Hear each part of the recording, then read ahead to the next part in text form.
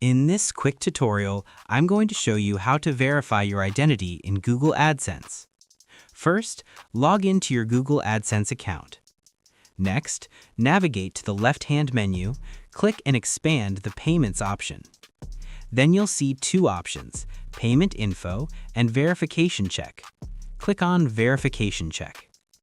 If identity verification is required, you'll see a prompt to verify your identity.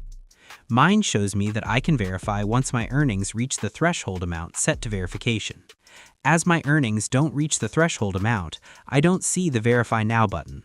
But if your earnings reach the threshold amount, you should see a prompt to verify your identity. Click Verify Now on the prompt you see. Upload a clear photo of your government-issued ID, like a passport or national ID. Make sure the details are visible and match your AdSense account information. Submit the documents and wait for Google to review them. Once approved, your identity will be verified. And that's it. That's how you verify your identity in Google AdSense. Thanks for watching.